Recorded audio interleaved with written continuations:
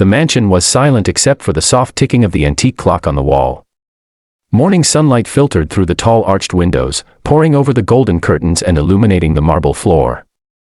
Somewhere inside, a baby's soft cry broke the stillness, fragile, desperate, and pure.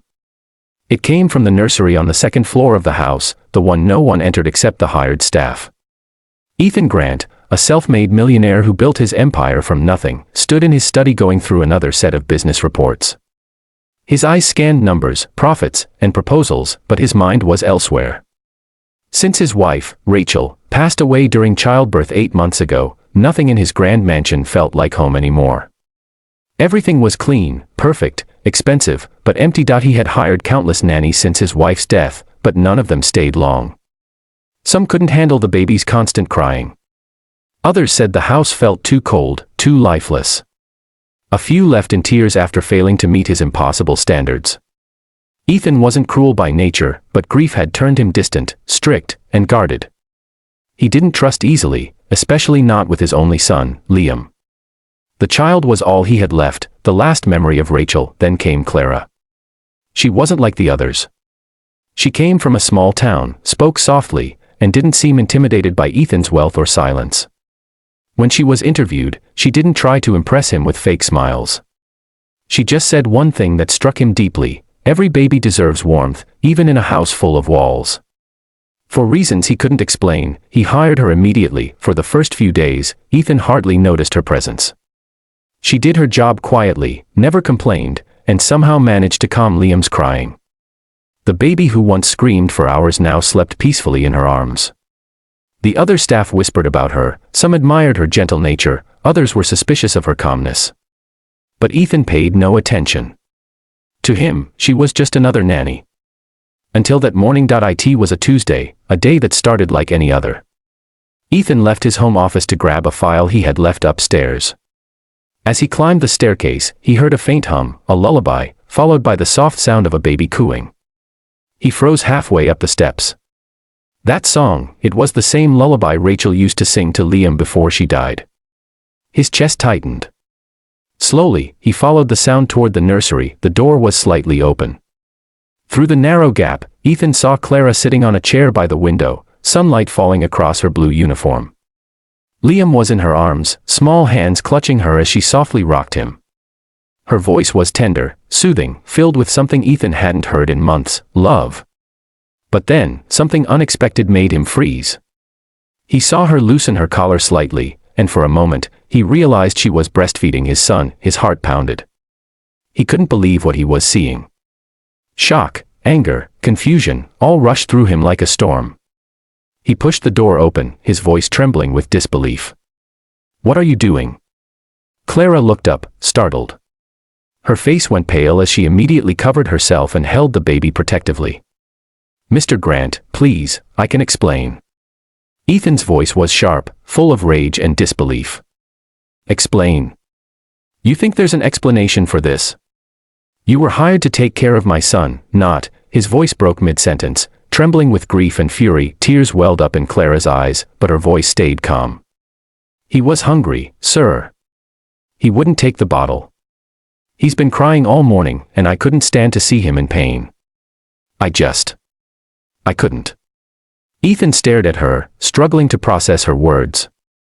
His rational mind screamed that she had crossed a line, that this was unacceptable. But another part of him, the part that had been silent for months, saw something else. The baby in her arms was peaceful, smiling, content for the first time in days. Clara's hands were gentle, her expression full of pure affection, not shame. Still, his pride wouldn't let him soften. "You had no right," he said coldly. "You're fired." Clara's eyes widened. "Please, sir." "I didn't mean, I said you're fired," he snapped. He turned away, unable to bear the sight. The memory of Rachel, her love, her warmth, flooded him painfully. He felt betrayed, not by Clara, but by his own emotions. Clara didn't argue further.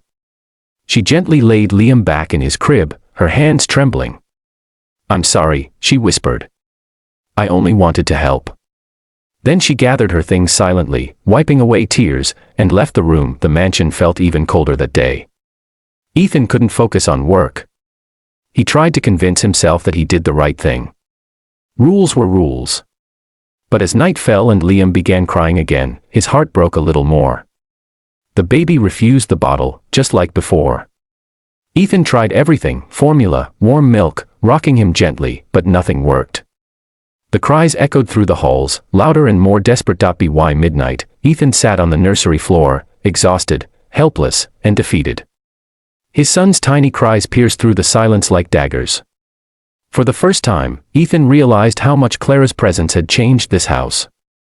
It wasn't just her care for the baby, it was the warmth she carried into every corner. He remembered her words, "Every baby deserves warmth, even in a house full of walls." Tears welled in his eyes as he whispered to the empty room, "Rachel, I don't know what to do."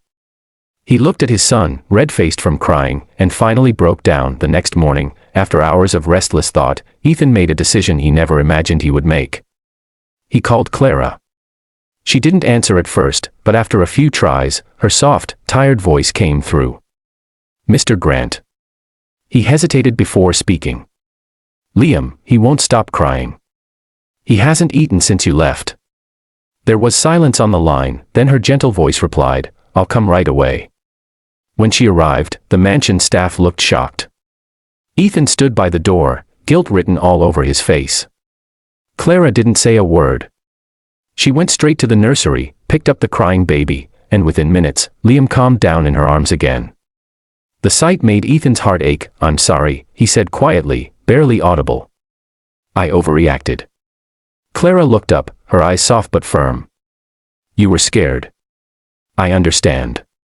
But sometimes, love doesn't follow rules, Mr. Grant. Sometimes, it's just what someone needs." Ethan nodded slowly, his chest heavy. He didn't know it yet, but that moment, that act of compassion, would change everything in his life. That night, as Clara sang Liam to sleep, Ethan stood silently by the doorway, watching them.